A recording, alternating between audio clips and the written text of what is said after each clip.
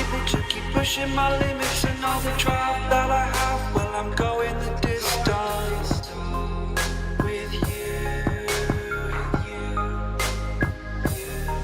I didn't know what I had till I knew what was missing, and everything that I dread, well, I built a resistance with you. Catch me when I fall, and I'll keep you on the ground.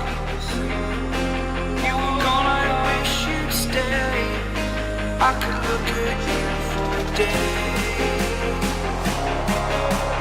Time was well spent, that's when I knew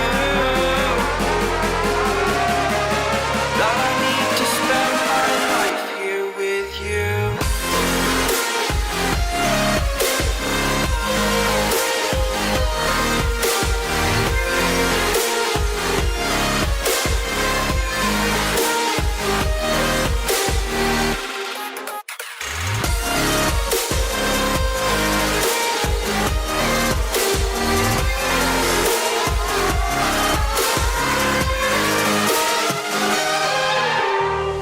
Take your time, not in the fast lane. I understand that you've been broken too many times, but I'll be waiting to mend your wounds from all you've taken.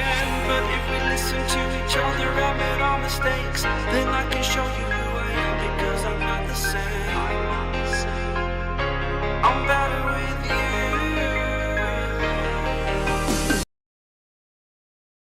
Welcome to the fall season of NECC R6. We're in week number 7. I'm Nomical, joined by Goose. And Goose, we've had a lot of great action so far this season, but as we're starting to get towards the later part of the semester, I feel like the action is just going to get better and better.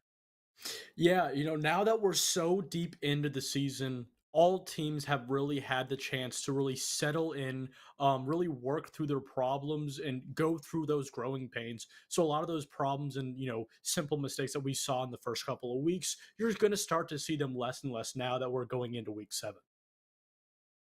And we've got a great matchup for you tonight. It's two teams from our Eastern Division. It's Fuel Esports versus Lackawanna College. And we'll take a look at both squads' rosters. And honestly, Goose, I've seen some of these names before, but I believe you've actually had the privilege of watching Lackawanna before. So what do we know about these guys heading into this game? Overall, the biggest takeaway from last time I casted Lackawanna was their attack. It was so decisive and quick. If they saw a problem in the early round, they would have an answer for it so quickly. And also, the fact that they can just simply manage their drone economy so well was also very admirable. And even though I have not watched or reviewed any Fuel Esports games, they are 5-1, which is better than Lackawanna's 4-2 record. So there still is, that very set in stone case that Fuel Esports has earned that, and on paper is still a better team than Lackawanna that on their own have had a lot of problems and grievances. Yeah, like you said, both teams come into today with a winning record. And of course, both teams are looking to make a push down the stretch. This will be a great testing match to determine who will be better off. But we are ready to look at our map bans for tonight. Of course, it is a best of 3, so we'll see where we're starting things out. And whoo-hoo, Goose, looking at that map pool, I am sure excited for it. We got two of my favorite maps. We've got Labs Chalet and their map that I have actually never casted before. So this should be fun. We've got Lair as map number 2. Yeah, also never casted Lair, and the fact that my very first game I cast Lair is in Collegiate is just funny enough. And also, the fact that we are seeing Labs and Lair in D2 of Collegiate is also just so surprising. These are two maps, even Labs has, inched its way forward into more popularity. Lair has just been permabanned, not even in Collegiate, in every form, especially in T3 and T2 Siege. So the fact that not only we have Lair, but we also have a Labs with it is just honestly mind-boggling. This is a great map pool, quite honestly. You get some of everything. You get a very popular but newer map in Labs that a lot of teams are starting to figure out is very good and a very enjoyable map to play on. You get kind of one of the older birds of the map pool in Chalet, which is becoming one of those standard maps like a Clubhouse or an Oregon used to be. And then you get the newcomer. You've got Lair, which you and I will be learning a lot about whenever we get to that one. I'm very excited about it, and I'm very excited to see both these two teams in action. Yeah, and the fact that we see both a layer and labs goes for the idea that both teams that pick those respected maps have a really great idea on how they want to play it, whether it be simply just from theory or if it's just been from successful scrims and they finally have that courage and confidence behind themselves to finally bring it onto on game day. You're going to not only want but also need to see both teams bring a very specific and catered idea to their overall play style, because if you don't have a very specific play style that you have practiced and you have ran through as a team on Night Heaven and Layer, you're going to have a really difficult time. That blitz ban is very curious to me. We have started to see some more blitz bans throughout R6 competitive, and that Monty ban makes a lot of sense as well. The Monty has been kind of a staple for a little while now, just with how powerful he's been, but we have seen the little brother, like I mentioned, Blitz, start to creep up a little bit. People are becoming more and more annoyed with the shields, and that will leave some other powerful attackers up, but overall I would say it's a pretty good idea to get rid of two of those really annoying shields. The Valkyrie as well makes a lot of sense. It's a very strong operator, a lot of sneaky hidden cams that you can put around on a big map like Night Haven Labs, so overall 3 for 3 looking really good.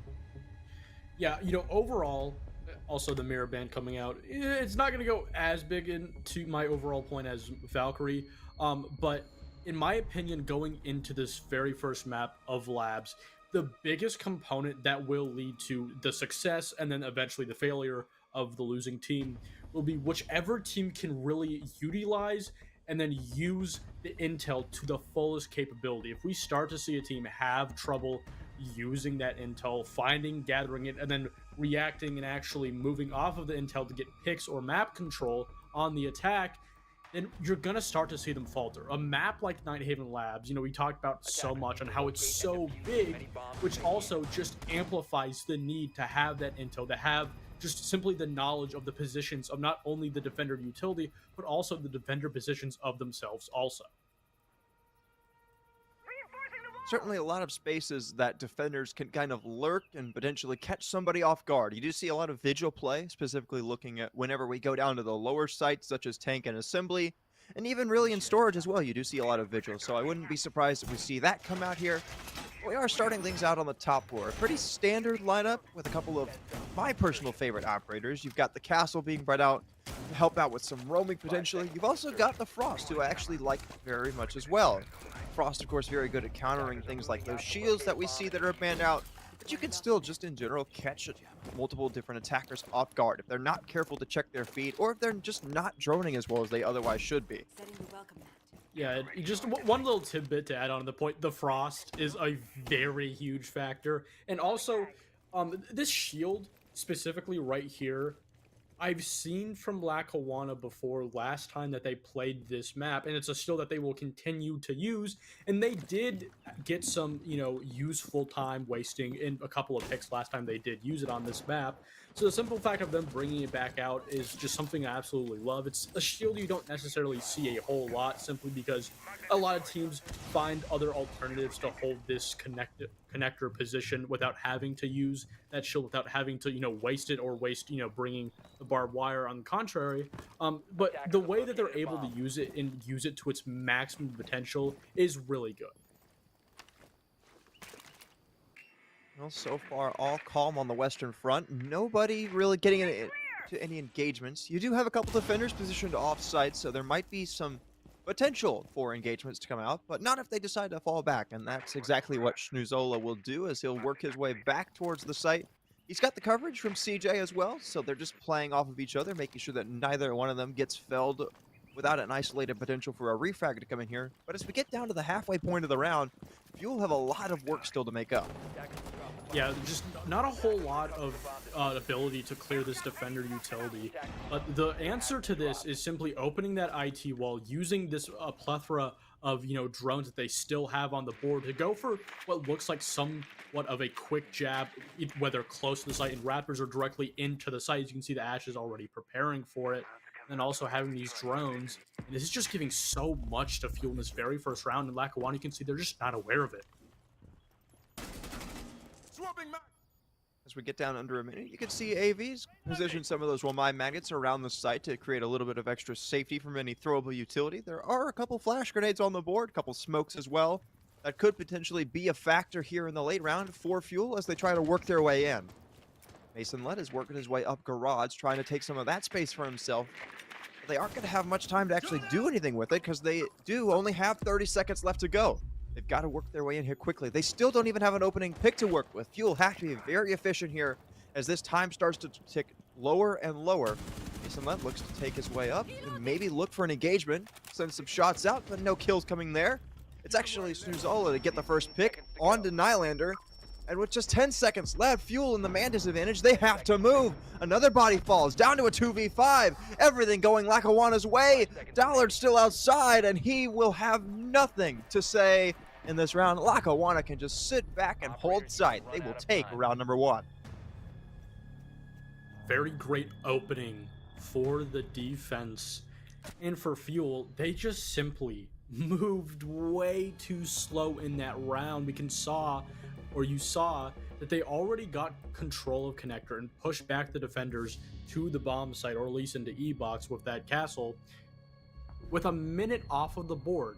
After that, they then went on to waste a minute and a half just droning, trying to find out the positions of the defenders. And don't get me wrong, that top IT bomb site isn't a bomb site where you have to use a lot of time clearing out the map, getting rid of those roamers, because there simply is not roamers, especially if you don't have an extension into Raptors like we saw Lackawanna was lacking. No pun intended. But also, it's kind of a situation where you don't want to waste too much time. You want to continue to try and put pressure onto the defenders before you go for that actual execute, especially when you have a 5-man man count on the bomb site. It's going to be just relatively harder because you don't have that capability. You don't have that opportunity to get the picks in the early game with the roamers. And the capability for Lackawanna to just play really safe, not overextend their positions, works so well. And I want to see if this is going to continue to be a theme for Fuel, or if it was just, some of those first round jitters, and that's why they were wasting their time.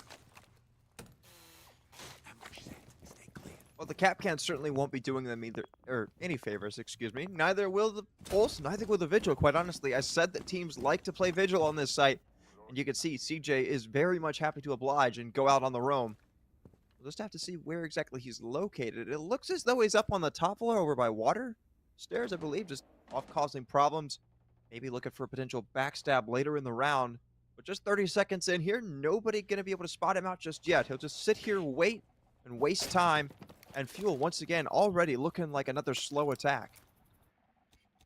Yeah, I'm also really curious to see if they actually understand that there is simply a Vigil on the board, nonetheless that he's roaming. This could just be potentially an entire factor of this defense that Fuel has no idea about. They obviously do understand that there is going to be some presence of the roam, but it doesn't look like they know for 100% there's a player, and he's gone completely undroned. No footsteps for the Jackal, so he's going to be able to just sit in this position, go completely undroned. And with that Deimos and no drone spotting him, he's just going to be able to sit here just completely unaware. C4 misses there from the Cade, but a Capcan trap does hit onto Mason Lett, so at least some damage done. And you can see CJ here on the backstab is working his way down into warehouse, looking to see if he can't find a pick. He does get the down on the Brindo. Man down for Fuel, and now in a man disadvantage once again. They've got a lot of work here to try and make up with just over a minute to go. Things are not looking great for them here. Yeah, and you can already see the lack of just overall, not only intel, but the confidence in their intel. That phantom pressure is starting to creep up onto, obviously, Nylander, but also Fuel as a whole. You can see Thatcher just trying to get an early pick, trying to get something before this execution goes down. They just don't even know where this roamer still is, and there's so much time wasting. And Lackawanna, they're not even really attempting to do much to even go for that. Xenia finds one on a Nylander, so now things are falling very much by the wayside here for Fuel. With just 30 seconds to go, they can't even afford to go clear this Vigil. They just have to try and commit to the bottom floor. They're going to walk right in here, and Angel is sure to die very soon. And there you go, felled with the hands of the Cade. now at 20 to go. Everything just going worse and worse. CJ with the Boss G finds another one, and a C4 blows Delord to bits. How about that as a statement from Lackawanna through these first 2 rounds? What is that, 1 kill suffered by them? Textbook way to play that entire defense. And again, just like I said earlier, there wasn't really a heavy attempt on that roam. All they had was a vigil sitting in a corner on the top floor. That entire round, that entire phantom pressure, not only was the fault of Fuel, but they built it up simply on lacking that due diligence. And honestly, there really wasn't that good of drones, because obviously they didn't spot the vigil. That means they didn't fully drone up that top floor. They didn't do everything in their ability to get all the maximum utility, or not utility, but intel rather. And they just got, honestly, really lazy, and we could see that they were punished for that. And this is, you know, a little bit of a misstep from Lackawanna, in my opinion, because Kitchen on paper is the worst bomb site, especially since you have that storage bomb site still open on the board. Maybe they have a good game plan, but throughout all tiers of Siege, even in Pro League, Kitchen is just an abysmal bomb site to defend. So this is definitely going to be a very strong decision from Lackawanna, but you are up 2-0. It is a good position to start to try some new things, but again, that intel is really just starting to fail for Fuel. Some solid initial steps, though. You see they get that main freezer hatch reinforced, put a Cade Claw on it as well, so it'll be a little bit harder for Fuel to actually get in there, especially because we've seen that they are very slow. And not only that, they don't have any EMPs to be able to get rid of that Cade Claw. So I would imagine that it's going to take them a while to get in towards freezer, and that means Lackawanna can just sit back on the roam for a little bit longer. Now, you do see Nightlander here with a Brava drone, looking to get some early intel and maybe even grab some of this defender utility. Hasn't had any success just yet, but at least it seems as though he's going to be able to get that drone in for a little bit longer. Yeah, we can already see this extension on top floor is just giving so much use to Lackawanna. This simple position from just CJ alone. There is an additional player, aside from the player starting to creep up over by IT. And there's really, again, a round where Fuel is just starting to be so slow in this early round, and just not really a heavy extension, a lot of utility or player bodies being used for by Lackawanna. And even if CJ does lose his life, he's going to waste so much time. But getting that kill so early on without having to use a flashbang is just going to waste so much time and utility. But the flank eventually will aid Lackawanna in just one answer back.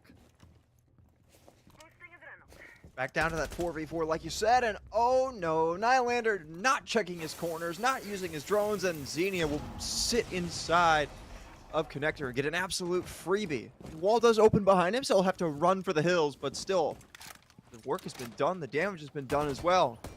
3 members remaining, one of them on low HP. Now it is the Finka, so she'll be able to get herself back up to relatively full HP, not quite all the way, but still very healthy.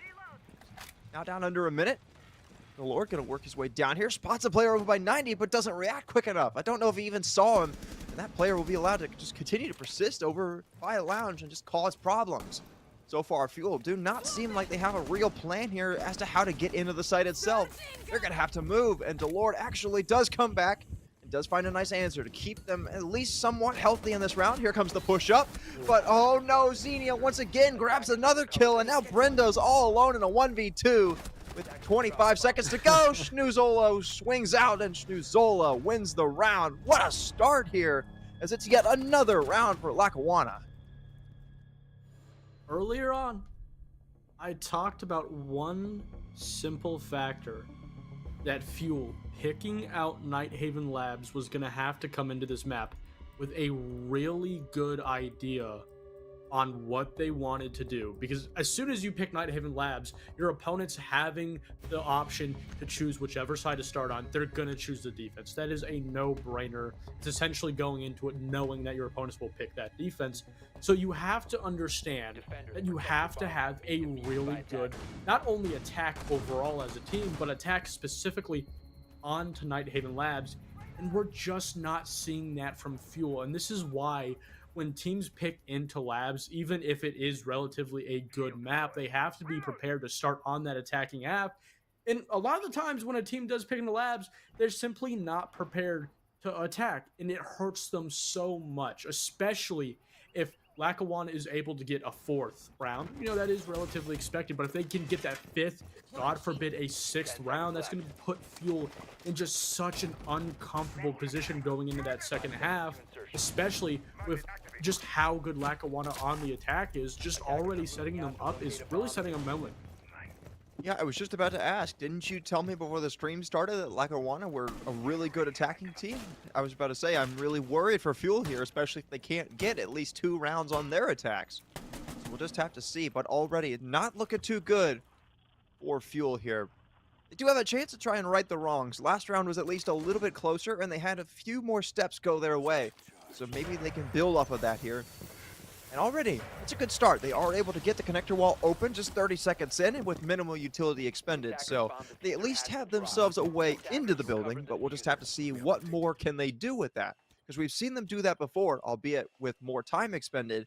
But after that, that is really when Fuel just seemingly don't have the right plan of action.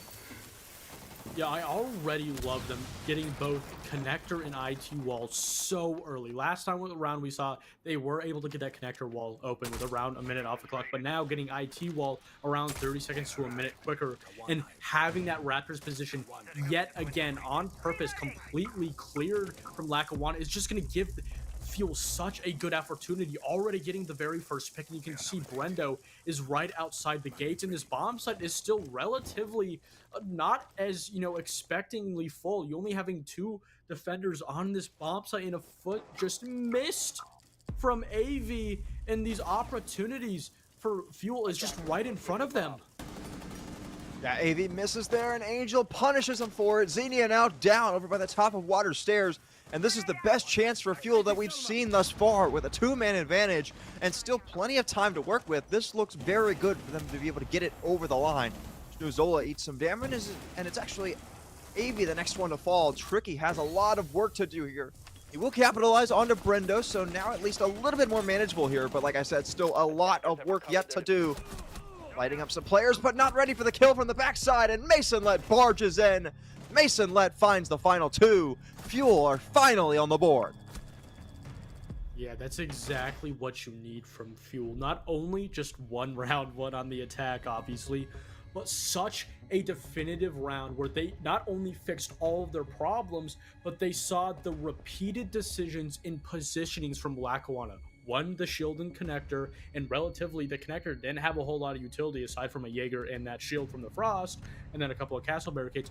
But also, the most important part was there were no players playing on IT walls. Both rounds they defended that top floor bomb site. There was no extension onto that Raptors position, so essentially that IT and storage position was completely free for Fuel to take, and that's exactly what they did that round. And I really love that even though they did lose that first round, because they had so much drone positioning around the map that was allowed to just stay there for the entirety of the round, they were able to take away what they saw and learn from the first round, and not only were able to fix their mistakes, but also use it to problem solve in new problems that they saw just last round with the small adaptations from Lackawanna. But small is the key word there, because there simply just was not enough adaptations from Lackawanna that round.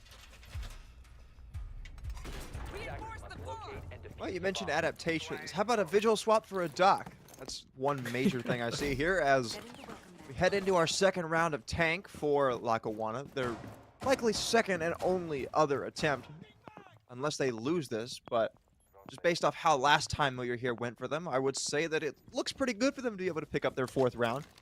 Fuel need to really be careful about getting some of these walls open, especially because they don't really have a lot of hard breach. They only have the thermite, so they're going to have to sacrifice something. Maybe they don't open the animus wall. A couple hatches might have to stay closed. So they're going to be very limited on their avenues of attack, and you just have to wonder, is it going to be enough for them? And will their lack of options come back to hurt them? Yeah, and then that's just already a situation where you're just making your job as an attacking team harder than it really needs to be. Getting this wall open is good. A minute left on the clock. This allows for Fuel to start to just try and problem solve, and not only problem solve, but more importantly, spot out the problems rather than just having a problem right outside of the site with 45 to 30 seconds left and then having to make a split-second decision. What Fuel really needs to do in this round is, because there isn't really a heavy roam presence as of now, this allows them to just traverse around the map, find out what point of the map they want to attack from, but also make sure they want to understand what utility. And on top of that, that C4 just absolutely wasted. It looks like a missed call from that default drone, and because of it, it's going to cost the utility. But actually, no. C4 was wasted to try and get a vertical angle from below onto that window jump. Ooh. Might be a pretty smart play there. Means at least that window will be a lot harder to jump in. You'll have to jump in and immediately take a gunfight. C4 burn from Schnuzola. Misses once again. So 0 for 2 on trying to get that C4 kill. But at least he's trying, and at least he's scaring Fuel a little bit and keeping them guessing and maybe a little bit more anxious when they try to push in from that spot. Like you said, a lot of space here for Fuel to try and work through and traverse the map. They haven't really done much with it thus far. They don't have a lot of vertical options. Just a couple of shotguns, maybe a couple of DMRs, but other than that, there isn't really much going for them there. So instead, they'll just have to walk their way down these staircases. And right now, it seems like they're going to try and walk down in towards Exo. Angel will be the first one, shuts down the Cade, so they at least have something to work with. But CJ with a quick response onto the line, so back down to a 4v4 with just about 25 seconds to go. Brenda trying to work his way down here, but he's being very timid about it. The Lord, thankfully, is there to cover his teammate, but it still trades back and forth as Xenia ties us up in the man count. 15 seconds to go. Where is the urgency from Fuel? They need to move once again. They at least find a kill onto Xenia, so back in the man advantage. But down to a 2v2 now. Here comes the swing in from Mason, missing his shots, running out of time. And Nylander, left all alone, has to try and stick the plant. He won't even get an opportunity to. Lackawanna get their 4th round. And man, oh man, is that one a head scratcher. You know what I really love, Nomical? Is what's that? In the early round where I paint out a picture where I theorize that there might be one big problem for an attacking team. That big problem was having a wealth amount of time to figure out the positions in the overall defensive setup, but then not understanding the extensions right outside of the site, and then having to deal with that problem with a lot of low health. And that's exactly what we saw there. We saw a very big push trying to go into Animus, but because they wasted so much time, they only figured out of the position over by Pillar by that Warden and Frost with, again, her shield, with only 45 seconds left on the clock, forcing them to make a split-second decision with no time to react, no time to call over additional utility or rotate the entire attack. And it's a problem that I understood was going to happen because just of how slow Fuel moves when they get a lot of map control for free, and when they're able to set up their drones, they get a little bit spoiled and just, I don't want to say doubt Lackawanna, but their time management starts to honestly just go down the drain. Final defensive opportunity here for Lackawanna, but they've already, like you mentioned, got what they needed to. They have those 4 rounds, looking to put a little bit of extra insurance on the board with that 5th one, and maybe, just maybe, propel themselves to a quick end of map 1 once they get onto the attack, which, like you said, they are very proficient at. So we'll just see if that can come to fruition once again. Nice find there from Nylander, able to grab that Banshee without having to risk his Brava drone at all. Maybe a goo mine as well? No, but he will seemingly get the bulletproof camera. Not quite. Good spot there by CJ to shoot it out. Save that little bit of utility. That's a lot of information over by 90 in the main lobby that is allowed to persist. So Lackawanna can just sit back here and continue to wait as Fuel, once again, off to a slow start. Yeah, and again, for now, I can say definitively the 3rd time now, Lackawanna has given so much map control. Essentially, this entire top floor for free. There isn't any extension with that shield on top main. They understood that they gave away too much utility in that player position way too early on. And then also, they just really don't want to try and do that roam, whether or not because they just want to be a little bit lazy or they're trying to extend their hold over into break that they more than likely are doing right now with the position you can see of the outlines. And this allows for Fuel to actually be in a very favorable position because you're able to get that vertical, open that wall, have no player have that additional pressure from backside over by Labs, and also there's just no roam. We're seeing a very heavy hold here. Obviously, that Holloway will play into favor, like we just saw with the pick and Diard just already trying to give his life away. Another one goes the way of Lackawanna as CJ finds the scoreboard here with just about a minute to go. Like you said, Dillard has eaten some damage as well, so he's got to be very careful as he tries to push his way forward. He does have that diffuser, so it would be very important if Fuel can actually negotiate some space to be able to get that down. But as of right now, they have very little going for them, and they're actually very isolated. You've got a player outside, a player in the lobby, and a player up above that are all trying to take separate engagements, and right now it's just not going too well for them. They have not been able to find anything to try and give themselves an opening. There's also a zombie barricades that they have to worry about that defenders could just be hiding behind and waiting. And with how far back everyone is playing, they're just going to walk into a trap. CJ adds to his total. Angel now off the board. Dillard probably the next one to go here. Spots one, but it's actually Mason Let now down and out for the count. And with 10 seconds to go, Dillard will finally get on the board. With 4 players still remaining and not enough time, it's only a matter of time. And there you go. Lackawanna, another one for their total. 5-1 is the first half count. And man, oh man, Fuel are going to be scratching their heads. Yeah, and the problem that I spoke about earlier that I've seen time and time again, a team trying to pick into Nighthaven Labs. And as of right now, whether it be just simply what they practice in scrims and dry runs didn't work into effect, or Lackawanna just put up a defense that they weren't really prepared for to counteract, it all fell short. And sure, Fuel now is going onto the defensive half, and it is still very possible. I do actually want to make a point here that it is very likely that we see a 1-5 half for Lackawanna on the attack, even if they are a very good attacking team in collegiate specifically, and just overall in amateur Siege as a whole. Nighthaven Labs, there are a lot of teams that just simply cannot attack consistently enough to get more than 2 rounds. But again, that's all that Lackawanna needs. If they win 2 rounds on the attack, historically they have been a relatively solid attacking team, getting those 4-2 halves, even the 3-3 halves. They don't need that. All they need is 2 rounds. They get rid of this map, and then they get to go on Layer, a map that they picked, keep in mind. And it's a position that Fuel is in is just not admirable whatsoever. Yeah, I mean, it's worth noting as well that so far from what we've seen on Layer, it has generally been attacker-sided. So if they can continue with this attacking strength that you and I are expecting from them, heading into that second map, they'd be looking really good to close this one out in a 2-0. We are still a little bit a ways away from that, however. Fuel are definitely not out of it yet. We don't want to bury them too early here. They do still have the defensive side. But already, you could see AV doing a great job here with the team, trying to get that main breach open. And they will actually force Dillard back, so it doesn't seem as though he's going to try to bandit trick, which means that wall should be open relatively soon, relatively easily, unless something curious happens. Maybe there's utility that they aren't accounting for, maybe a crazy jump out, but I'm not seeing any of that thus far, so everything looks to be smooth sailing for Lackawanna.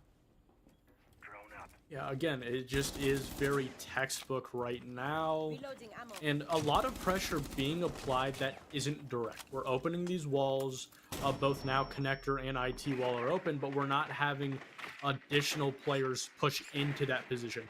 Finally, with that Flores drone, it has allowed for Lackawanna to take control of Connector. With all that droning, you still didn't see the Frost Mat in a C4, a huge C4 backed up by a kill from Mason. It's just all going the way of Lackawanna, but Tricky is able to come out with 1. Still man advantage for Fuel here with just under half the round to go, but it's definitely not over yet. Although that one's not going to help as Tricky meets the grave at the hands of Dillard. Nylander as well on the board in this round, and it means that Snuzola's all alone. Not for much longer. Fuel quickly slam the door on that one. They pull things back just a little bit closer. That was a really weird round, because that early round from Lackawanna was just fantastic. But the problem was, and this was a problem that I saw specifically on Cafe when Lackawanna attacked, is that they will sometimes move so quickly on the attack. Sometimes too quickly. And that's exactly what we saw. Not only with that frost mat, but also just having that C4 ready. That was a planned position where we had this frost mat down. They had a player in the proximity to hear it with the C4, rip it, it's a single easy kill. They were not also aware of the Jaeger in the extension over into Raptors, which also, again, a gunfight they were not even ready for. And this is a problem that I saw last time that I casted them on Cafe specifically again. And it's a problem that is starting to creep up more and more. In that early round, we did see them, as I said before, they opened the walls. They didn't immediately react. They waited for that secondary drone force, I guess you could say, to get that secondary intel. But again, when they start to actually act on a position, act on a call, there really isn't a force, whether it be their IGL or as a team as a whole, that really says, okay, we got to slow down. We have to reset. See if they can fix some of that heading into this second attacking round. So it will definitely be a harder task here, considering it is the basement, and considering just overall there is a lot more that you have to do here. Now there are a couple interesting operators here from Lackawanna that I am particularly interested in. Got the Fuse, but they've also got the Buck. I find those to be the two most impactful operators heading into this round. Mainly because there's plenty of vertical destruction and a little bit of hard destruction as well in both operators' arsenals. You do have, a lot of explosive capability with that Fuse. They can clear players, clear utility, along with just other general destruction. And you do also as well have that vertical destruction in the form of the Buck, although that one is just, in general, used more for just finding kills on the players. So there is a lot of stock being put on that general phase of the round. You do also have some stuff for roam clearing, but just in general, it's a very flexible lineup. I do like what Lackawanna are doing thus far. You can see they're already moving down to that middle floor to try and get themselves in a good position.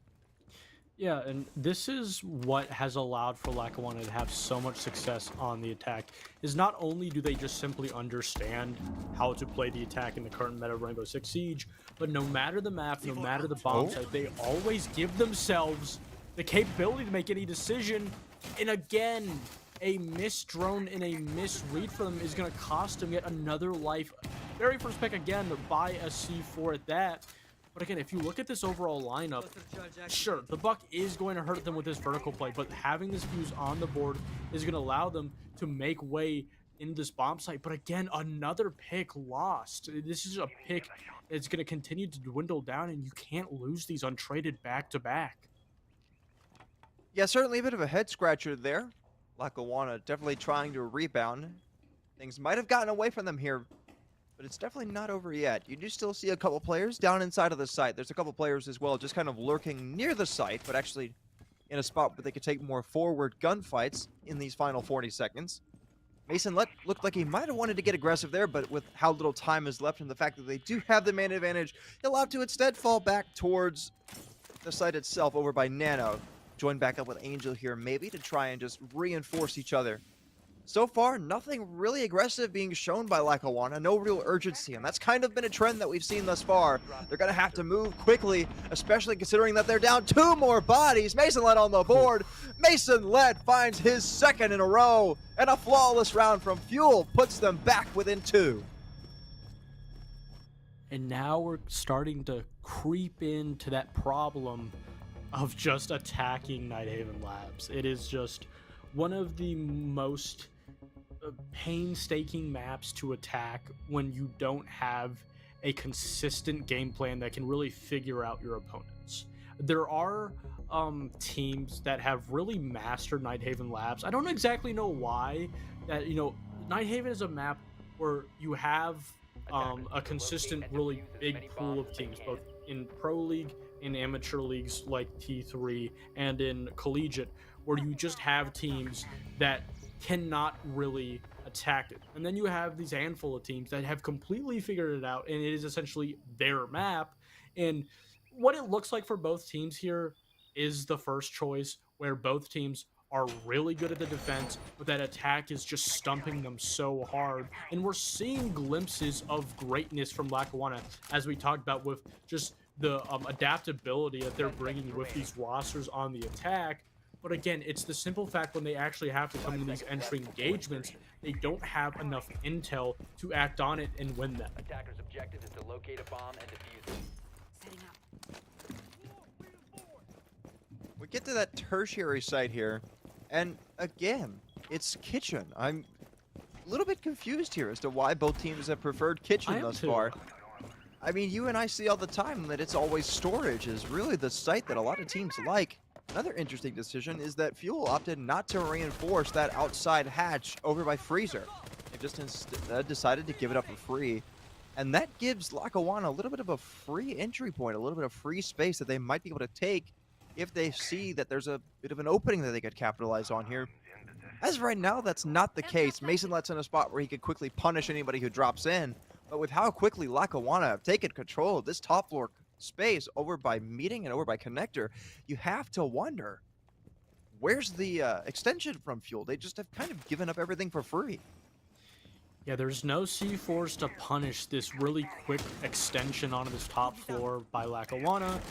And also you have Brendo playing in a position where he has no effect on the round whatsoever, completely misreading into this early round, and you have an absolute nice shot from Angel to shut down that Ram in such a big pick early on, even though Ram essentially did her entire job. She only had one boogie drone left. There wasn't really much vertical she could set up, but losing that player so early on, again, another entry pick lost by Lackawanna that's gone completely untraded. And this is really just what has just been poisoning their attacking half so far. Yeah, thus far, Lackawanna only have 3 opening picks. Now, it hasn't hurt them too much in terms of, you know, getting up in terms of the round count, but you would certainly like to put yourself in a more favorable position to actually push these rounds into victories. Thus far, they haven't been able to do that on the attack. But maybe this round is the opportunity, because they do still have plenty of time, and they've done most of the dirty work. Now it just comes down to finding the kills and getting the diffuser down at some point, if they choose to or have an opportunity to.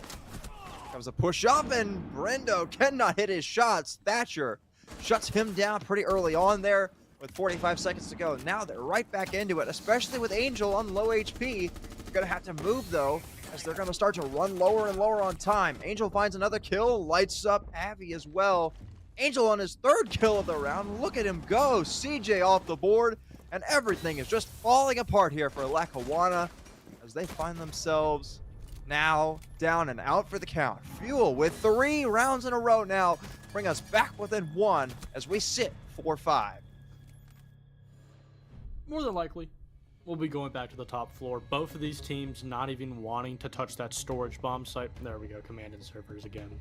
And I think the situation that we find ourselves in, to the reason of this, is both teams just are not prepared to have that heavy extension. It is a bomb site, one of the only bomb sites in the entire map that requires a heavy extension away from the bomb site in order to have a successful defensive round. And both teams don't look like they're confident. We haven't really seen, in my opinion, even in the last match of Lackawanna, there was never really an very heavy extended play by them on the defense. And also, another continued theme from the previous games of Lackawanna is their useful timeouts. Whenever they're in a position where they start to lose round after round and they have no answer for what is in front of them, that being this defense from Fuel, they will take the timeout before snowballs into whether it be an even score count or eventually Fuel taking that match point. They want to make sure that they try and find an answer and a formula for this attack that can really push them on to finishing this map out, hopefully in regulation. Well, Goose, I'm going to completely disregard the map, and I'm going to yell at you for gaslighting me into believing that Lackawanna are this tight and attacking team. How dare you mislead me? I don't appreciate it. Oh, wait. Like I said, I'm going to completely disregard the map. Oh, yeah, it's Nighthaven. It's really hard to attack Nighthaven. It is.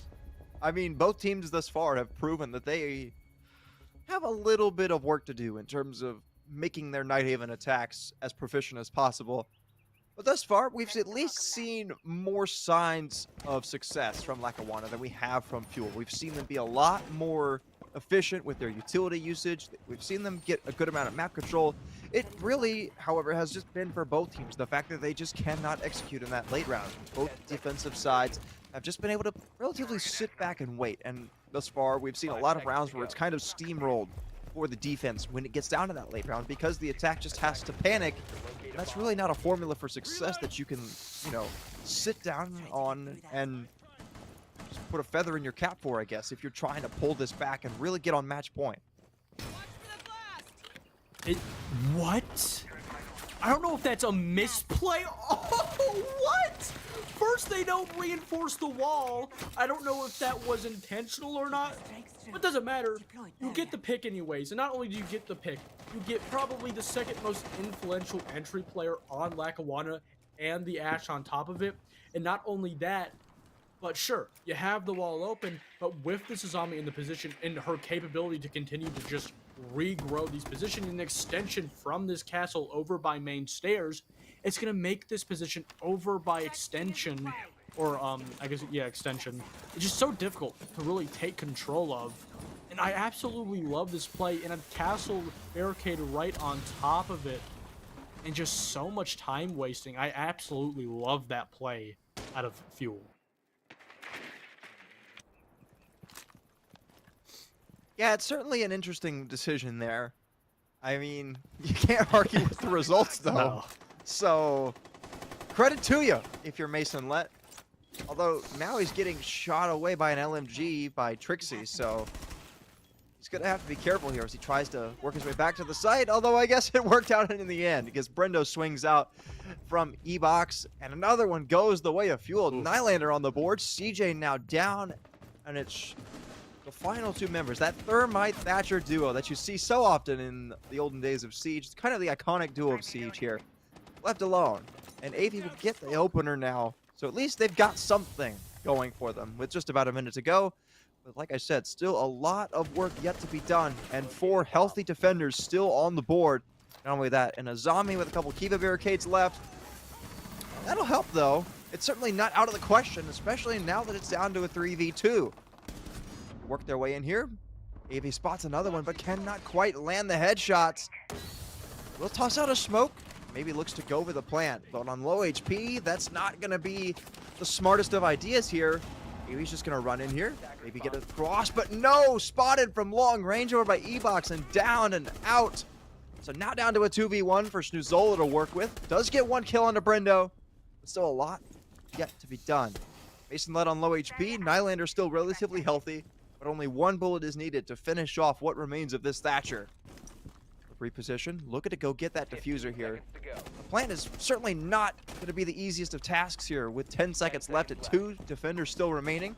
So he'll just have to go for these kills. Pushes up, spots 1, but misses the shots, and Nylander from E-Box has a huge impact on that round, and we are all tied up 5-5, Goose. Who would have thought? Yeah, I may have jinxed it. You know, the prophecy of teams not being able to attack Nighthaven Labs whatsoever has come into fruition. And in my opinion, if Lackawanna can win these next 2 rounds, they still are, you know, a relatively solid attacking team. That is what you would expect as an attack.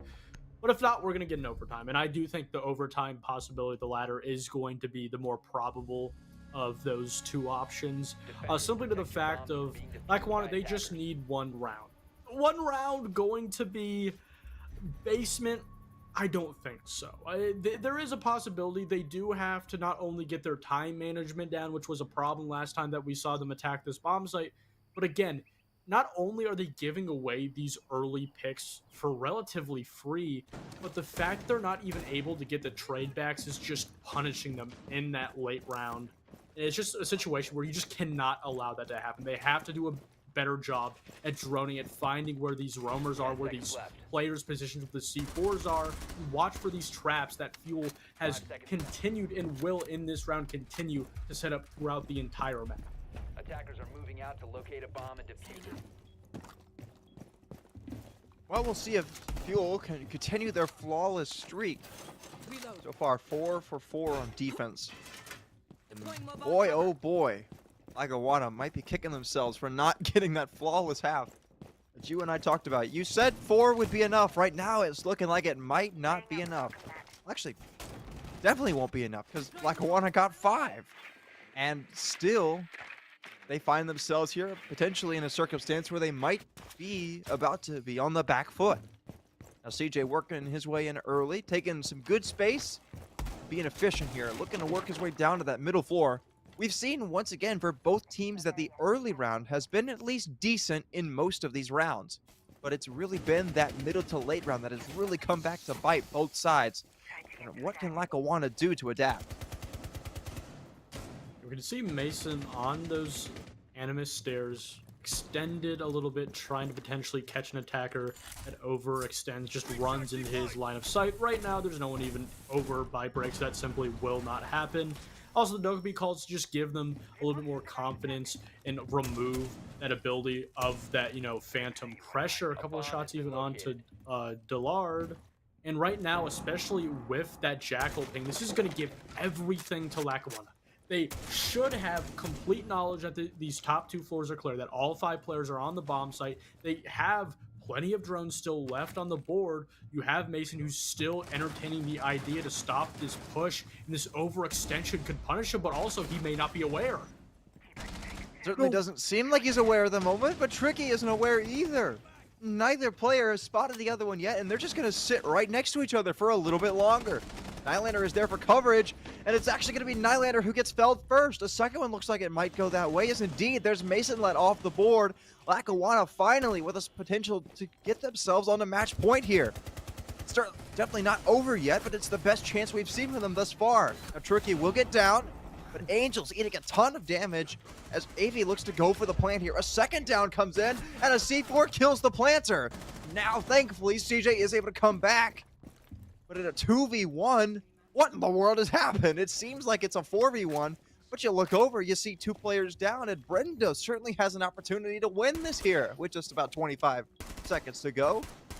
TJ and Xenia trying to work their way in here, trying to regroup. They will get the other 2 attackers back up. That's huge, but it won't matter as one's off the board now. Back down to a 1v3 with 2 players still 1 shot. It's definitely not over. He just has to be patient and wait for low time. Finds a second one, maybe a third awaits him. Where's the coverage? It's good enough. CJ shuts him down. A good attempt by Brenda, but finally we have an attacking victory by Lackawanna, excuse me. Messing up my. I feel like you're gonna say lukewarm. I did. That's what I did say. I said lukewarm. You know what? I'm gonna take that as a lob.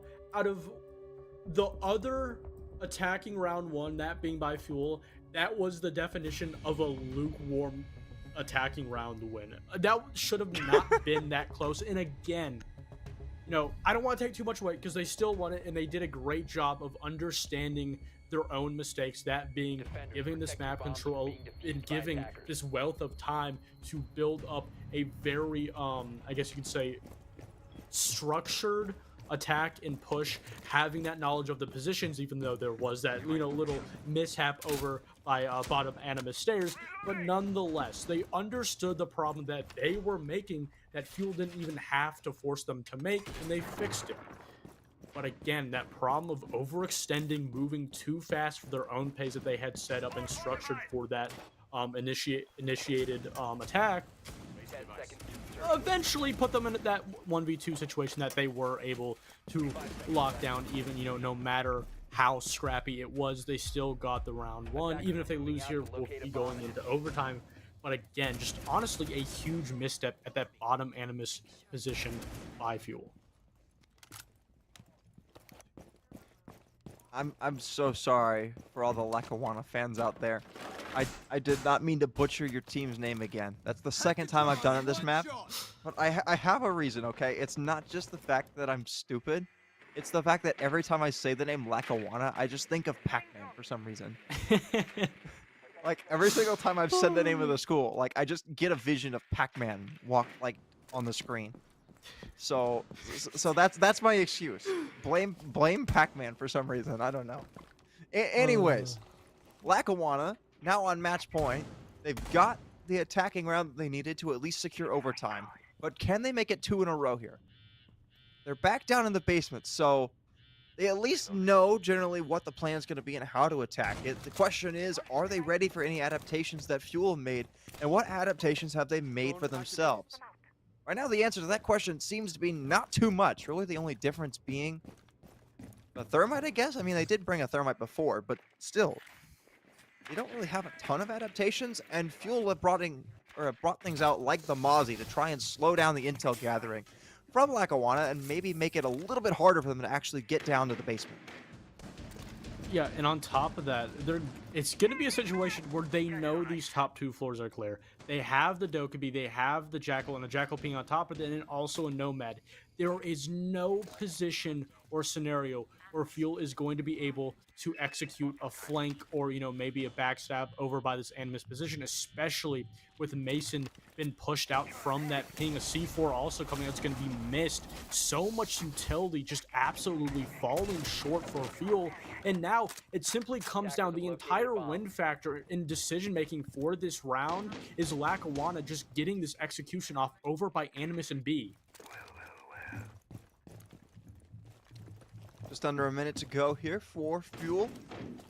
Holding strong down in the basement right now. Mason Let's getting pinged away by the Jackal track, but he's not ready for the fight. CJ walks down, but somehow loses the fight to the player he was just pinging.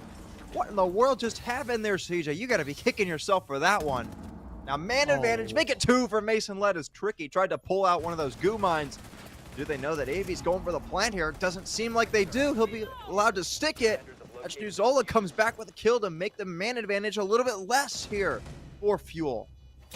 Zola with a second one, down to a 3v3 here. Brendo looking to take a fight up inside of storage. This is going to be an important one for vertical control as we start to take lower and lower in the post plant, and it's won by Xenia.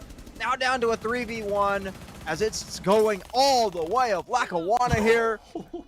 Angel left alone. Time running low, chances running even lower. 2 players still outside of the breach. Angel has to move quick, has to find 2 important kills, and it's just not going to happen past the point of no return. And AV will end out the map with a kill for good measure. Lackawanna survive the scare and take Nighthaven Labs for themselves, 7-5. Finally able to just squeak out one more attacking round than their opponent's Fuel did, and that's all they needed. All they needed was that one extra round to finish it off in regulation. And because of it, they were able to take their opponent's map pick. And not only that, but now we get to go on to Lackawanna's map pick, that being Lair. And in theory, they should have a relatively great idea on how they want to play it. And Lair, as we talked about and everyone should know, is, as of the moment, a very difficult map to play overall. Well, Goose will certainly have to see which team better did their homework heading into map number 2. Lackawanna's got the lead. They win Nighthaven 7-5, but we've got a break in store for you. NECR 6. We'll be right back after this. What exactly is a meat substitute or plant-based jerky? Call me a meathead, but when I want a meat snack, I want real meat. The kind you find at Wenzel's Farm, and the only kind they use. Handcrafted in small batches and naturally hardwood smoked right here in the heartland of America. Wenzel's Farm offers 14 flavors of mouth-watering protein-packed power in a stick, except no substitute. Wenzel's Farm, real meat for real life.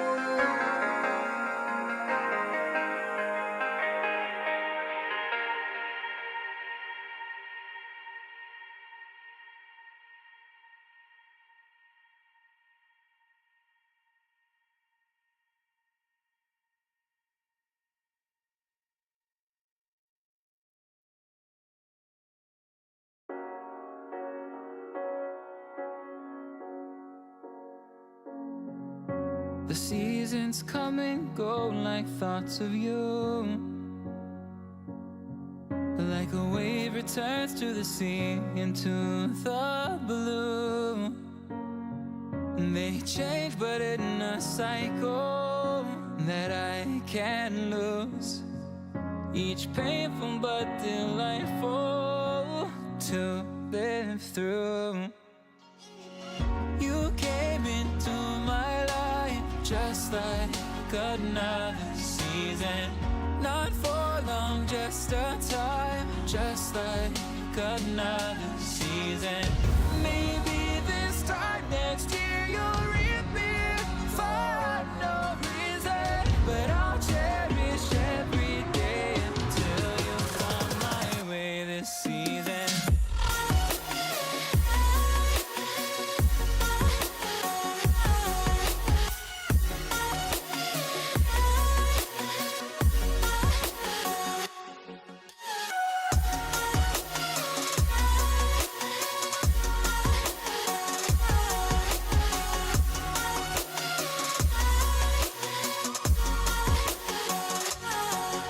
The seasons turn and change just like your mind. Like the sun gives into the moon, into the night. Time continues marching, it slowly crawls. With each new one starting, I recall.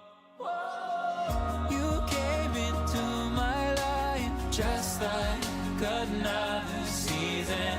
Not for long, just a time, just like another season.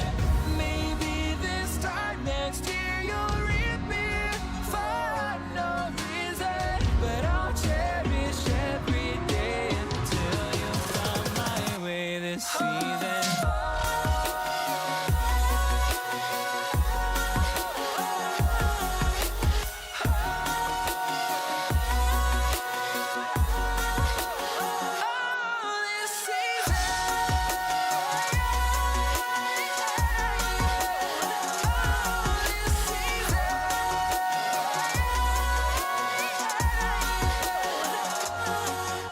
Each time of year carries memories, like a never fading whisper in the breeze. Oh, we will keep on changing all over again. Yeah, we will keep on changing, just like another season. Don't want another day without you by my side. Oh, this season.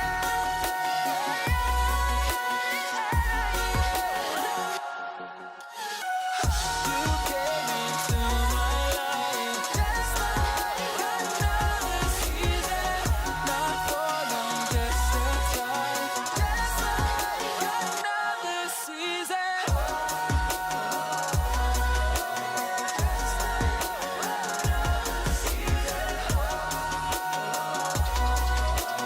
Just like another season.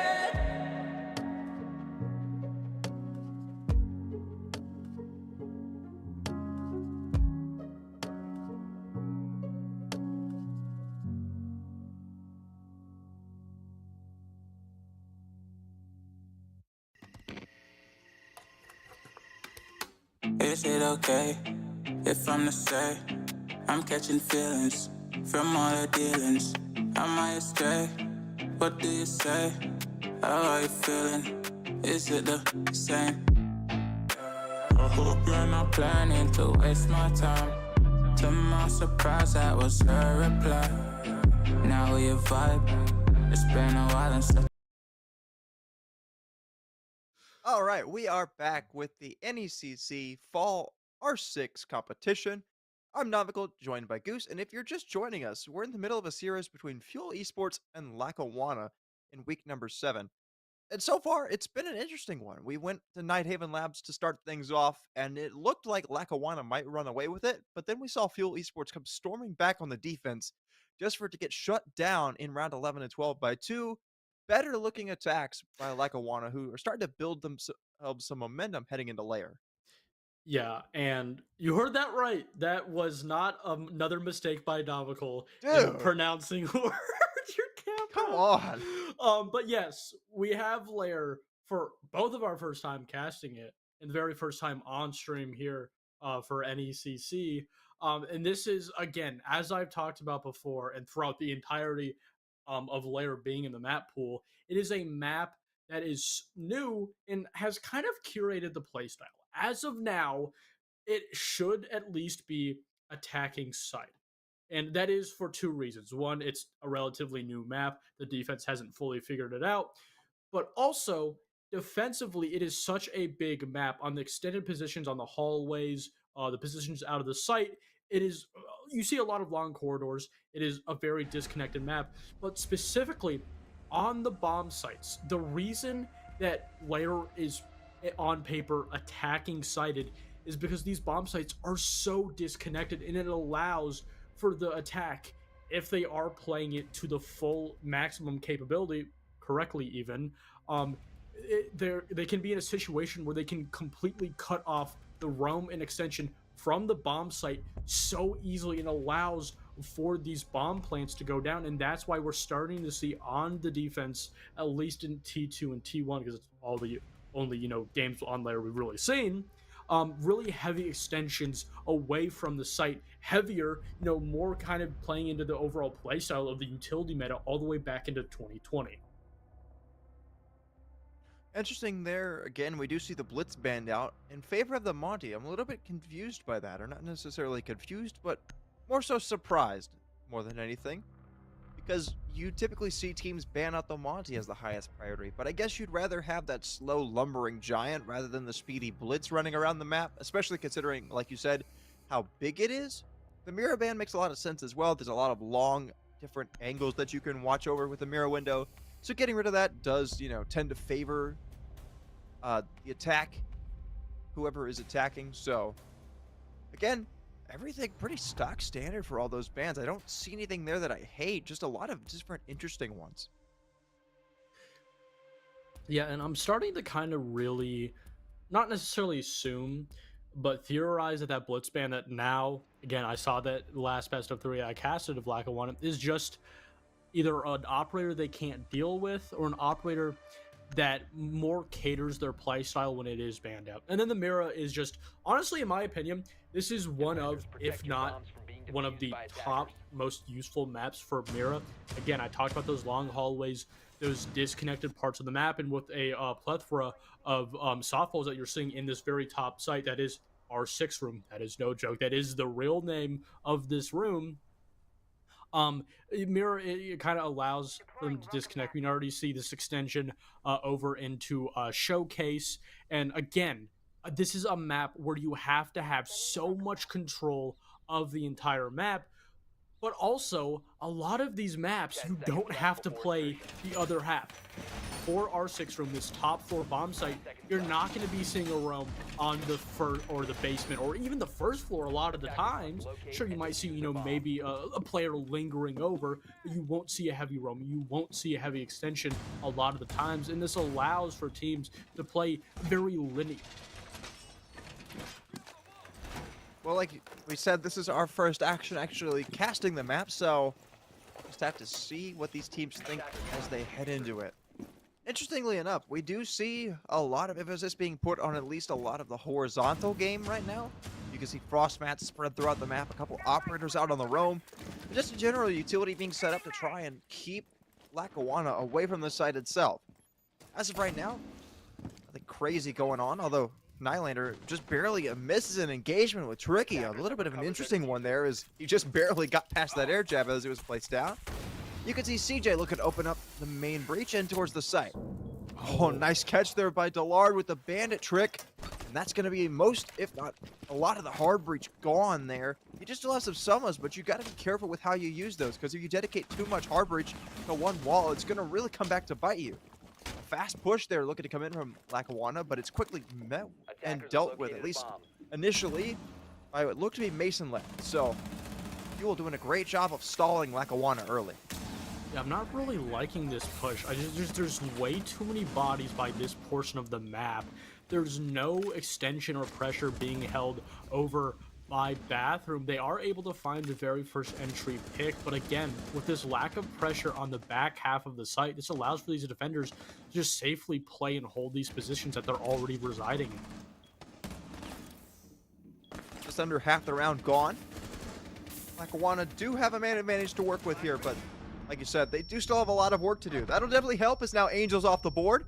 Masonlet getting ripped to pieces. Nylander now on low HP as well. And what in the world is that? Lackawanna go from being kept out of the sight in the building to a flawless round in the matter of about 30 seconds. A great start on the attack.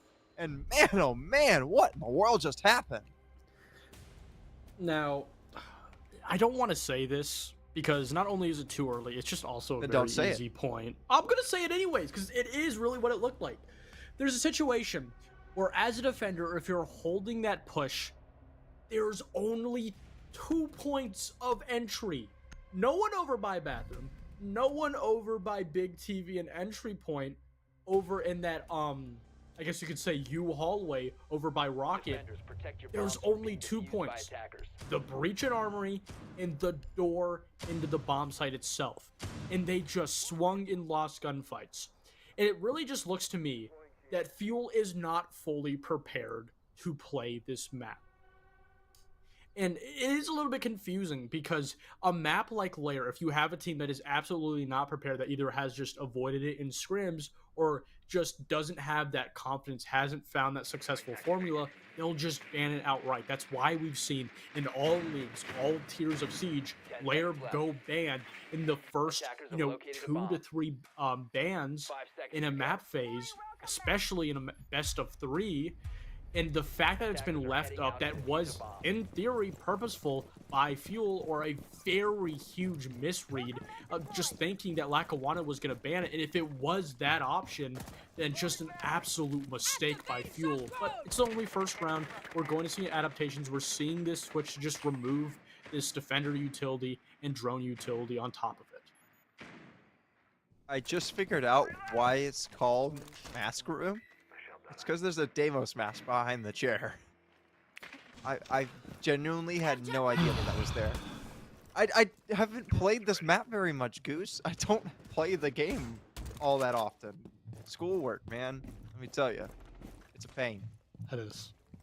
Anyways, I'm sure all these college students understand the pain of having a lot of schoolwork, but that's neither here nor there. About a minute in, and so far, once again, it's been a relatively slow start from Lackawanna. Right now, Fuel have had the freedom to do pretty much whatever they wanted. But we saw last round, that didn't even really seem to matter all that much because it did, of course, end up flawlessly.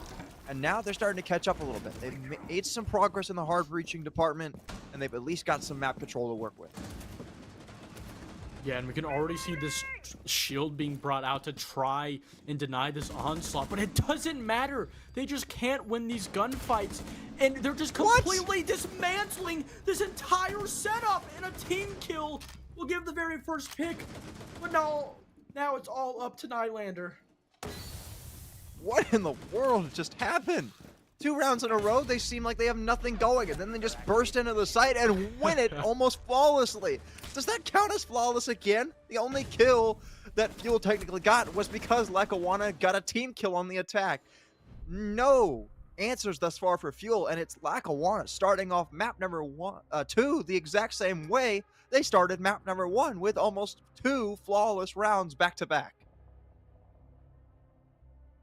You know, I think the best way, if I'm going to go into inspecting the micros of how Lackawanna has been playing it, I think they understand the certain micro angles and positions that as a defense you need to hold, and that's why they just run into the bomb site expecting players in positions whether or not they're there. And on the contrary, Fuel just didn't exactly know what points of the bomb site that they needed to hold, allowing for these gaps that they're not even aware were there, or should be there rather, to prop up for Lackawanna to take advantage of. And that's why we see Lair really just lopside for some of these maps, because you have a lot of opponents going into this where it's just very uneven, because you'll have one team that just understands how to play it as a whole versus a team that doesn't really know how to play it whatsoever. Obviously, it's very early on, and I did say it is attacking sided, but usually when we do see a very heavy, just overall attacking wins, it does give the idea that a team knows how to play later as a whole. Getting started here in round number 3. Lackawanna out and about. I did it again. Leave me alone. This far, I mean, they have a really good lineup here. I actually really like what they're bringing out here with all this vertical destruction. I think it's a very flexible lineup that will allow them to have a lot of different avenues into the site. Not to mention, there is a lot of soft flooring up above this site that they can use to try and put pressure on the defense. So I really like the idea that they're bringing out here. The only question is, can they do what they did the first 2 rounds and pull it off just in fantastic fashion? So a huge mistake here. They're playing the bomb site just so easily. There is no vertical being held over in our 6-room bomb site they just defended. And this allows essentially for Lackawanna to just completely converge on the bomb site, just really smush all these players together and go for that easy bomb plan.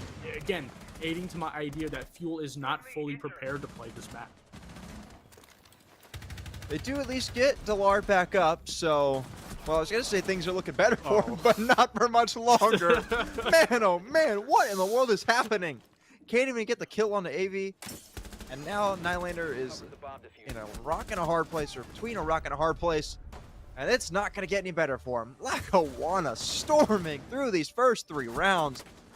I don't even think that Fuel has a kill yet, Goose.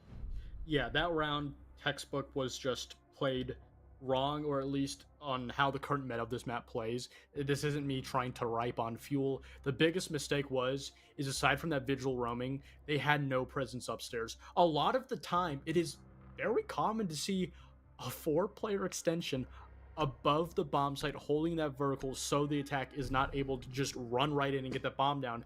That bomb site specifically is a site that just has so much vertical ceiling for the attack to play with, and that's why you want an extension. But you had all 4, even 5 players once the execution started to come on the bomb site. It allowed for Lackawanna to just completely choke them out, smush them into, kind of a, ball per se, with all of them playing very close together, allowing them to just not really have a lot of avenues to move around and switch up their positions, which in turn allowed for Lackawanna to read it. And now we're seeing the basement bomb site, which is just probably the most difficult in a lot of matchups, is the least defender sided map in the entirety, because it is so disconnected. You can completely cut off both of these bomb sites, like they're on a complete island. And you're going to need, again, that heavy extension that we've not been seeing from Fuel, and they're starting to run out of ideas on this defense. It does really seem. Yeah, you mentioned that this site is pretty isolated and really hard to defend. I'm pretty sure one time I saw, I think it was during Wildcard Restart back in August, where SSG was playing Makers at the time, and they just took filtration, opened up the wall in the lab exit, and then just plant it, because they jumped in through the window, had a player maybe up above guarding blue stairs, and that was pretty much all they had to do. So it's really easy to get into the site on this site. So I would not be shocked if Lackawanna have even more success here, just because they've proven on some of the sites that might even be more favorable to the defense that they are very, very competent when it comes to how to attack. Yeah, and that's why I love this map, because, don't feel like you're not smart, because not even the most experienced players understand if this map is just really difficult to find out, or if Ubisoft just poorly designed it. We still don't know. It is still very early on in the life cycle. You can see a very heavy roam. That roam will not be what gets the kill, but a complete shutdown from the extension from Mason. Xenia answers back onto Brendo, so finally Lackawanna have something back on the board. It's a 3v4, but it's definitely not out of the question here for the attacking side, as there are a couple players that are on a bit lower of HP, most notably looking over at the mute of Nylander, just sitting on 31. The drone work's starting to go in here. And it's not going to be for much longer. At least it's not going to help him very much as Angel's able to shut down Xenia and now down to a 4v2 with just under half the round to go. There's a lot of work for these final two attackers to do. Comes the swing. Had an idea that there was a player nearby, but just a little bit too early there on that shot. Nylander will just persist a little bit longer, but CJ bursts into the site, gets one, looking for a second, but looks away too early. Nylander able to shut him down. Nylander swings for another, and finally, Fuel get themselves around. We're starting to see that problem of Lackawanna overextending, getting a lot of map control very early on, that map control being over by boat.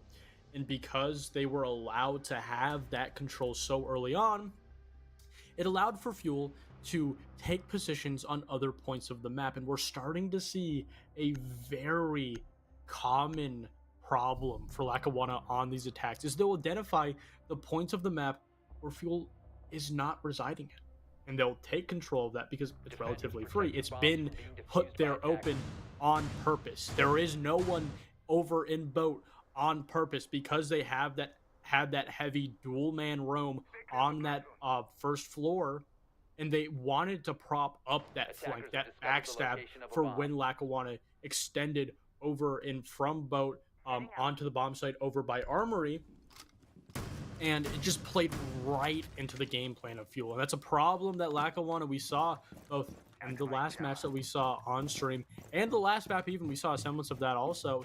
It's a problem that they were able to fix, and a problem that they more than likely will fix as Fuel for the very third time now be attempting to play this R6 in Mass Room in a heavy extension with this shield. I absolutely love that, and I think that's a great solution to this very quick roam clear over on this position of the map. Well, maybe the adaptations will work here, but like we've seen before, Lackawanna are very capable at attacking this and exposing the gaps in Fuel's defense. Just have to see if that continues to be the case here. We do have a couple of different operators out to try and deny the hard breach, so that should definitely be at least some assistance, considering there is no Thatcher. There is a Maverick, though, so you sacrifice one, but you get something that might be even better in some circumstances here with said Maverick. At least you can maybe create a little bit more sneaky lines of sight and a little bit more cutoff angles, if you will. There's a shield down here that Tricky's trying to deal with. Send some shots down range, but no kill coming of that just yet, as I believe that's Angel who's just playing safely behind it. It actually might be Brindo, and I believe it is Brindo. He's using those Wamai magnets to defend himself and keep himself a little bit safer for a little bit longer here, and maybe, just maybe, keep Lackawanna on their heels. The Flash is trying to deal with this player. Eventually they will be able to deal with him, but they have a secondary roamer. They may not be aware, but with that nomad jab, it doesn't matter. The ping will come out. Oh my god! He's able to get one! Huh? Two!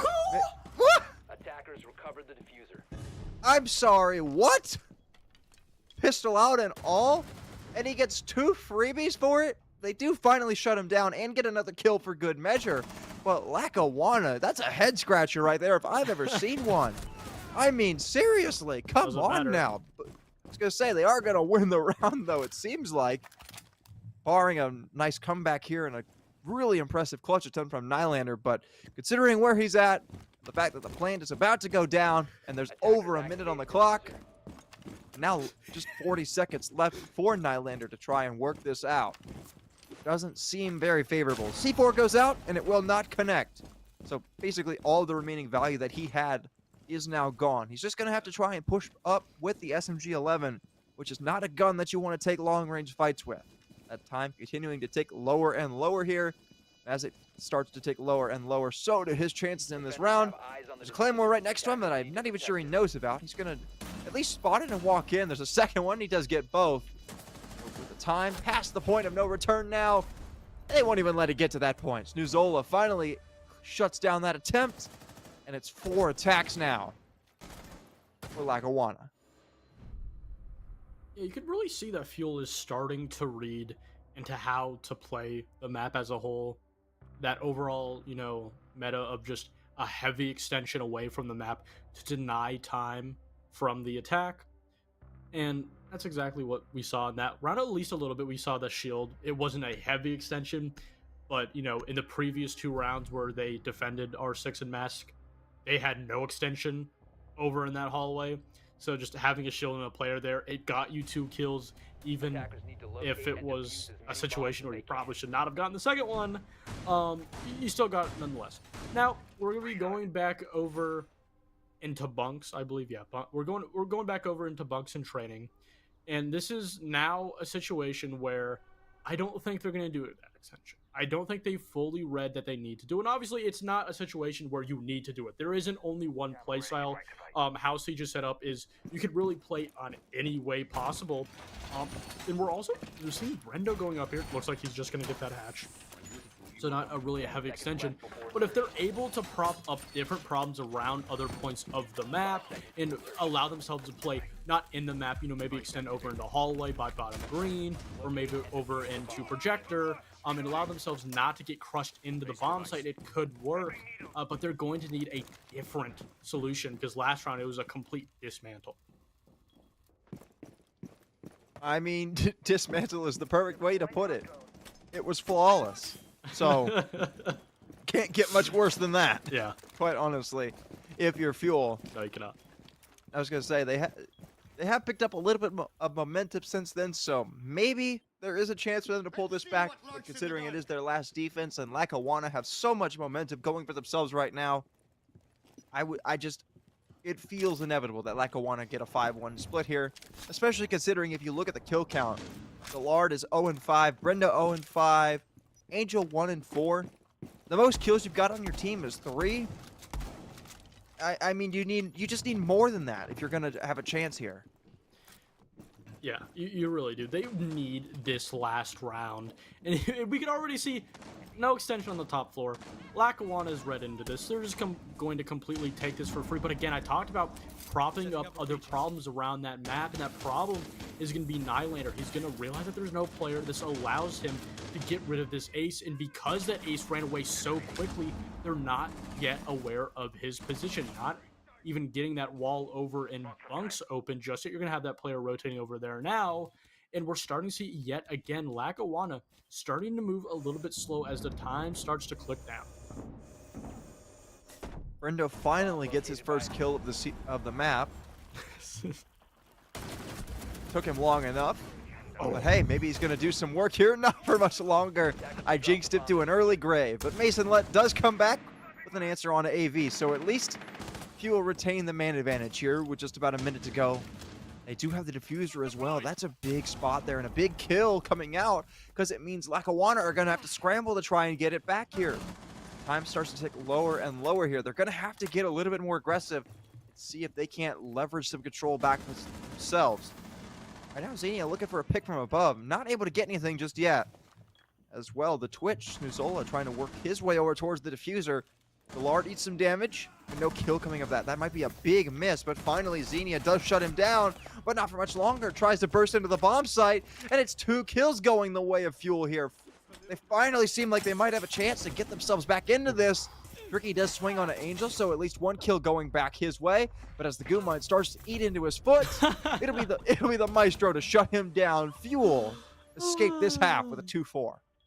And that is relatively, as of now, what is expected. As I mentioned in the pre-show, we don't know if Lair is designed to favor the attackers, or if it's simply just because the map is new and we haven't found that definitive solution. The defense hasn't fully figured out the map.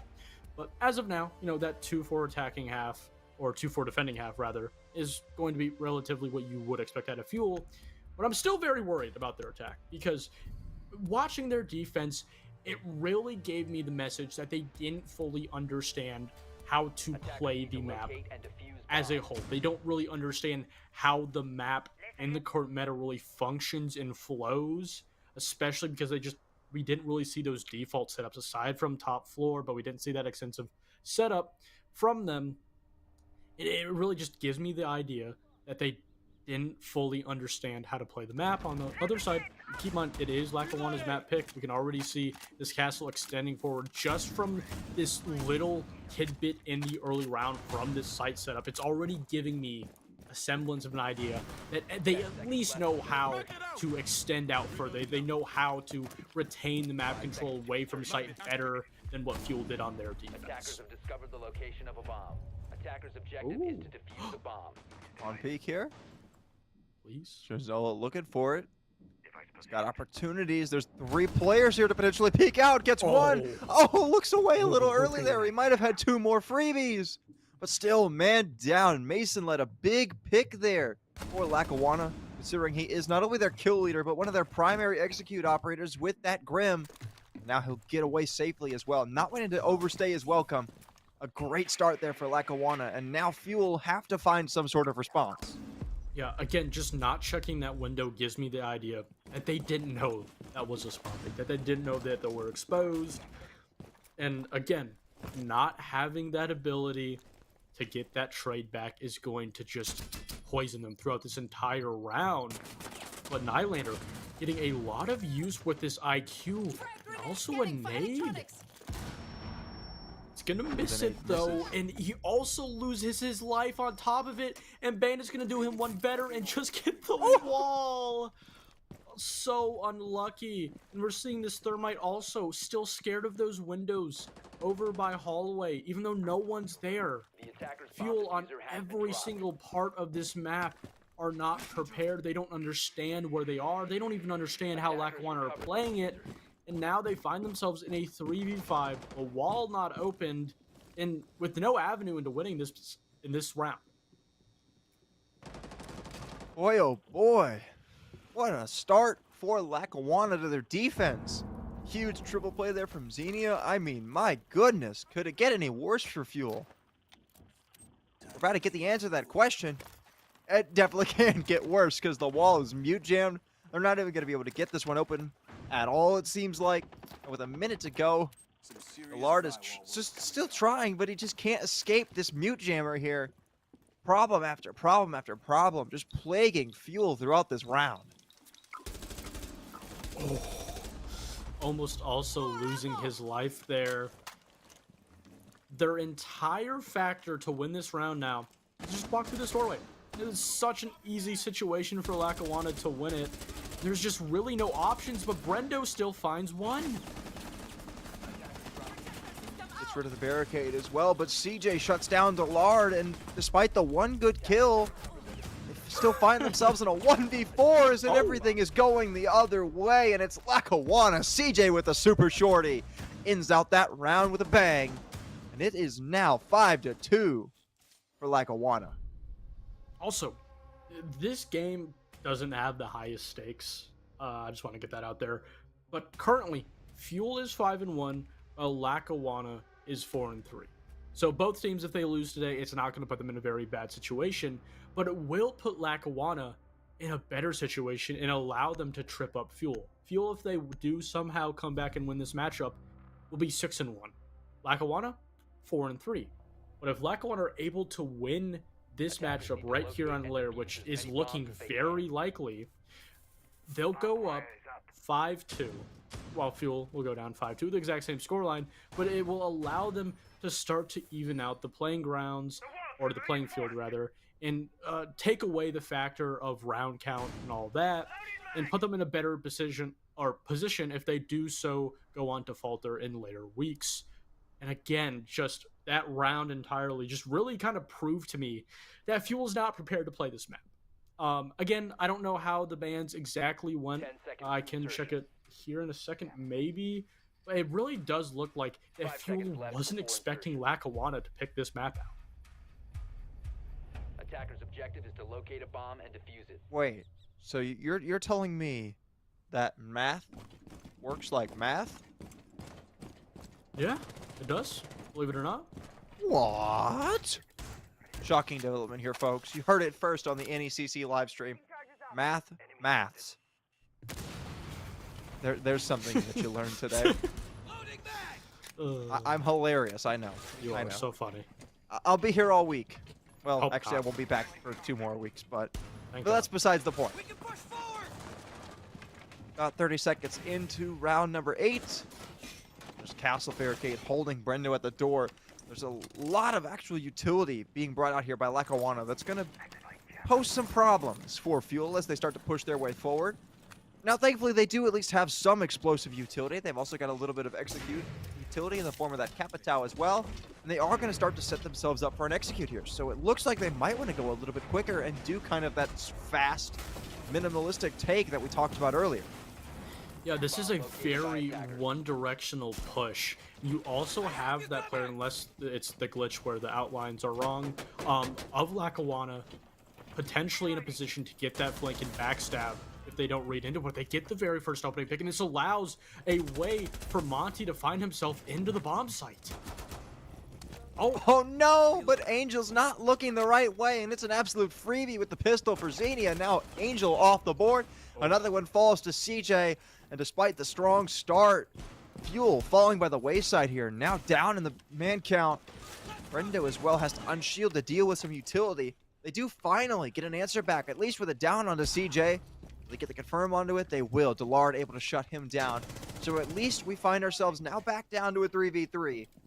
And they do still have that Monty to kind of push forward and give intel to the other two remaining attackers.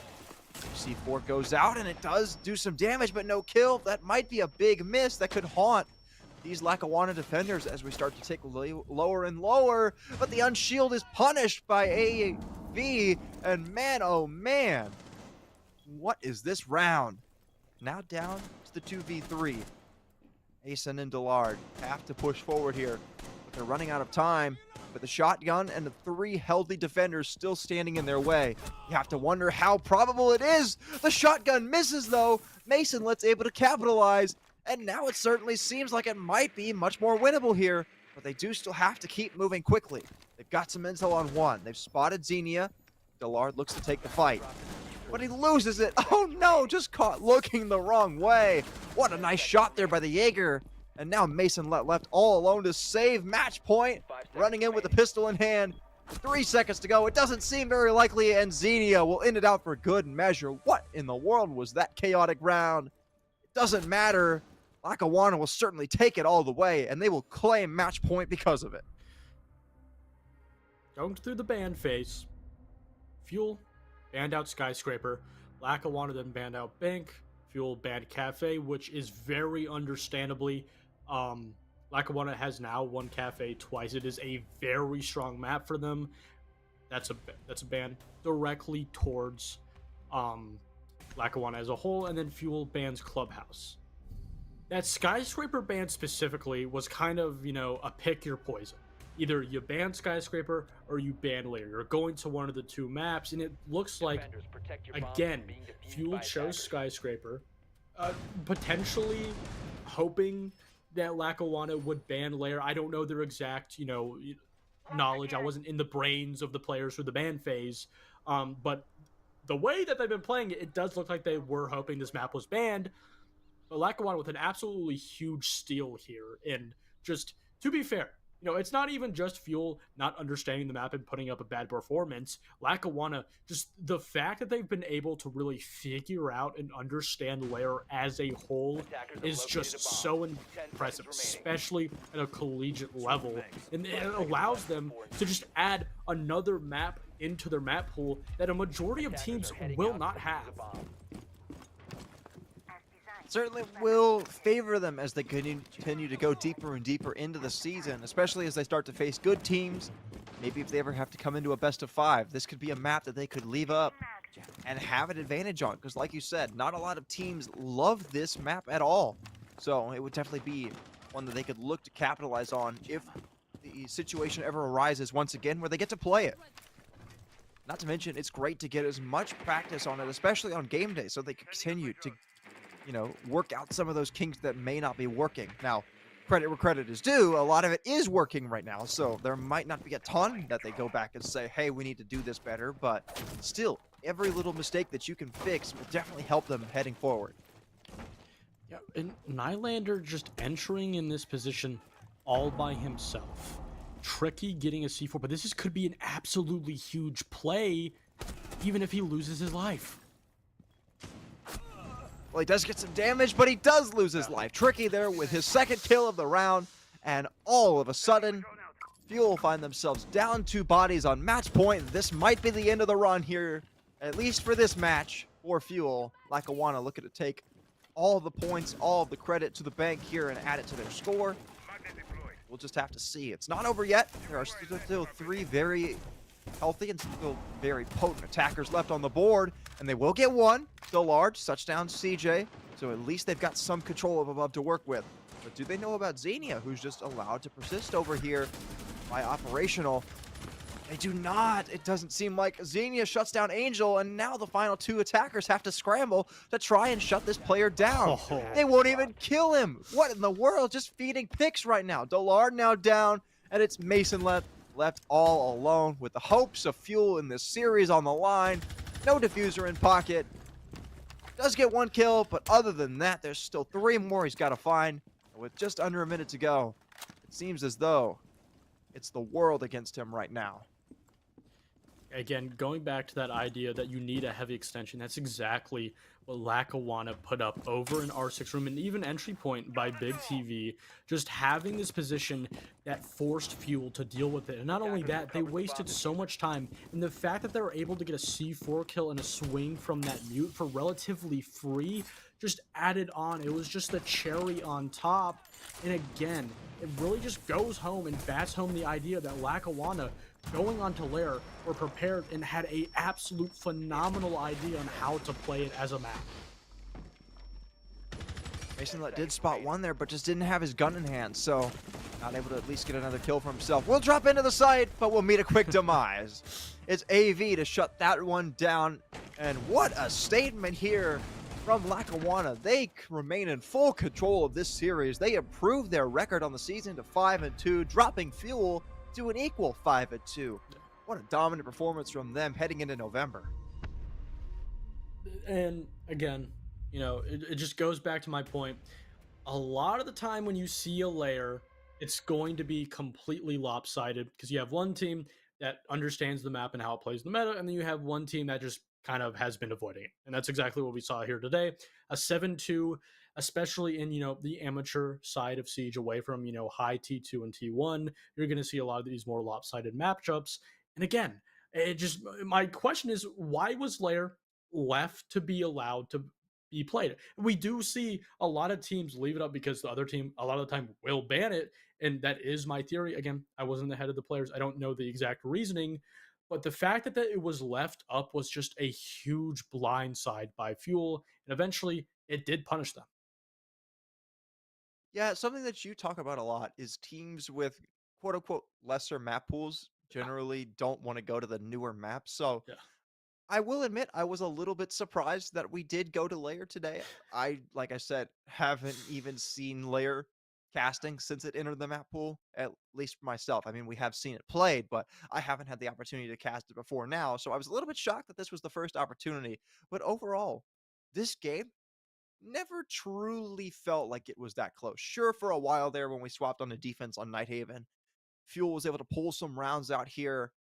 But other than that, we saw Lackawanna jump out to that big lead. We saw them come back and clutch out map number one when they absolutely have to. And then throughout Layer, they just had control and they never relinquished it. Yeah, and you know, it's kind of a situation where throughout, you know, just watching Lackawanna, not only as, you know, their record before here, 4-2 showed, no matter if they lost or won, they were a team that fought for every round, every gunfight, and they were not going to let you get it easy. And that continued through today, even though it was a 2-0, it was relatively a still, you know, kind of close 2-0, especially with that 7-5 to start it off. Well, Goose, that's it for you and I today. A little bit of a shorter match for you here in the NECC, but I want to let you know before we head out that we do have plenty more NECC action throughout the next week. We've got Rocket League tomorrow with Illinois State and Concord starting at 7 p.m. Eastern Time, and then Overwatch 2 on Friday, Valorant next Monday, League of Legends next Tuesday, and finally wrapping out the next 7 days, CS2 next Wednesday. Plenty of action here in NECC coming at you the next week. But that's all we've got for you here with NECR6 or NECCR6 did it again. For this week at least, I'm Navigal, that's Goose. Shout out to our producer Time Delight and our observer, the unnamed gamer, for doing a great job behind the scenes and at least trying to make us look good while I tried to make myself look not good. But we have fun here. We always have fun. It's always a great time. So thank you so much for watching, and we'll see you back here next time.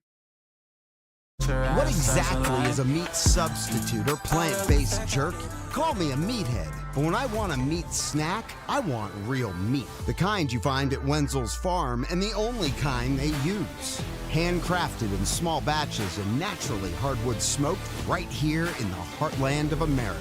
Wenzel's Farm offers 14 flavors of mouth-watering protein-packed power in a stick, except no substitute. Wenzel's Farm, real meat for real life.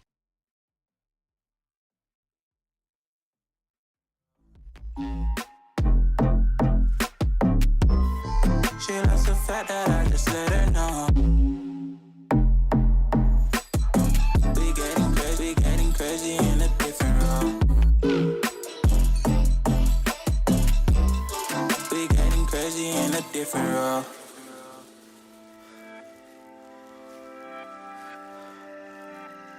She my do or die, my bona fide. My up when I'm down, she's always beside me. She makes me feel alive, I won't deny. Her love for me is real and kinda suicide-y. She's not the same, she's such a rare type. She's far from plain, at least in my eyes. She said if I cross her, I'll be in the grave or under attack, but yeah, that's still my babe. I love the fact I didn't let her go. She loves the fact that I just let her know. Now we're together, it's a different mode. We getting crazy in a different role. I love the fact I didn't let her go. She loves the fact that I just let her know. Now we're together, it's a different mode. We getting crazy in a different role. We getting crazy in a different role. She loves the fact that I just let her know. We getting crazy in a different role. We getting crazy in a different role. Getting crazy in a different role. We getting crazy in a different role.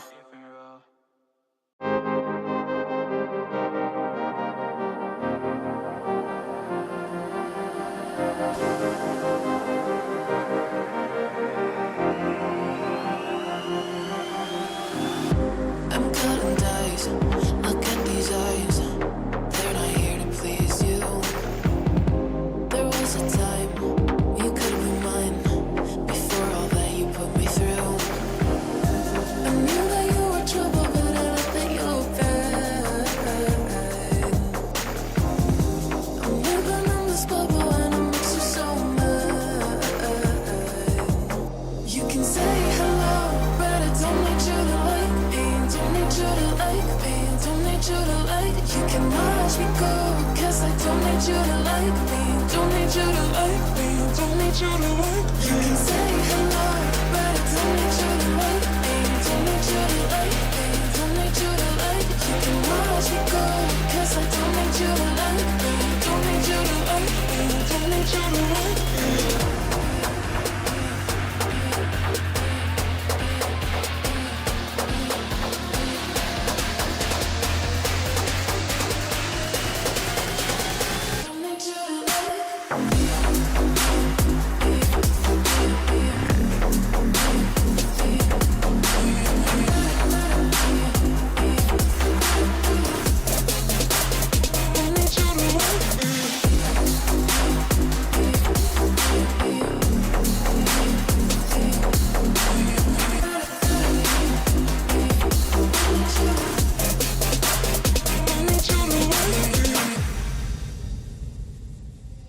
You can say hello, but I don't need you to like me. Don't need you to like me.